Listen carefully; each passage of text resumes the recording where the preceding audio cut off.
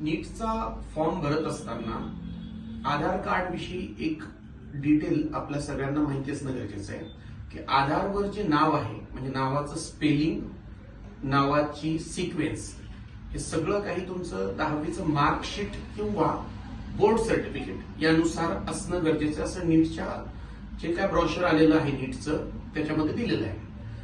दुसरं, जो mail ID तुम्ही टाकाल, 2 मेल आयडी आणि 2 फोन नंबर सगळ्यांना द्यायचे असतात, तर जो प्रायमरी मेल आयडी आणि प्रायमरी फोन नंबर द्याल तो एक वेळा क्रॉस चेक करून घ्या की सुरू आहे, त्याची लॉग इन डिटेल चेक करा आणि मगच द्या.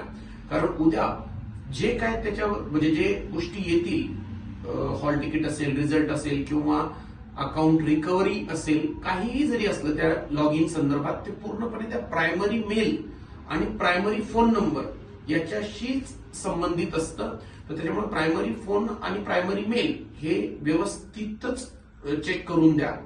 तिसरं, फॉर्म शक्यतो एखाद्या काउन्सिलिंग सेंटर किंवा कॅफेवर भरा ज्यांना हे भरण्याची सवय आहे. स्वतः जर करत असाल तर तुम्ही कॉन्फिडंट असावे पूर्ण डिटेल्स विषयी. अदरवाईज एखाद्या काउन्सिलिंग सेंटर किंवा कॅफेवर भरा आणि ते झाल्यानंतर स्वतः पर्सनली प्रत्येक डिटेल चेक करा. चुका होता कामाच नाही. उद्या करेक्शन विंडो ओपन होते नाही होत हा विषयच डोक्यात येऊ देऊ नका.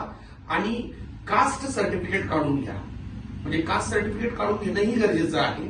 तर ह्या ज्या काही 4-5 बेसिक गोष्टी आहेत त्या फॉलो करा आणि फॉर्म फिलअप करून टाका. All the best.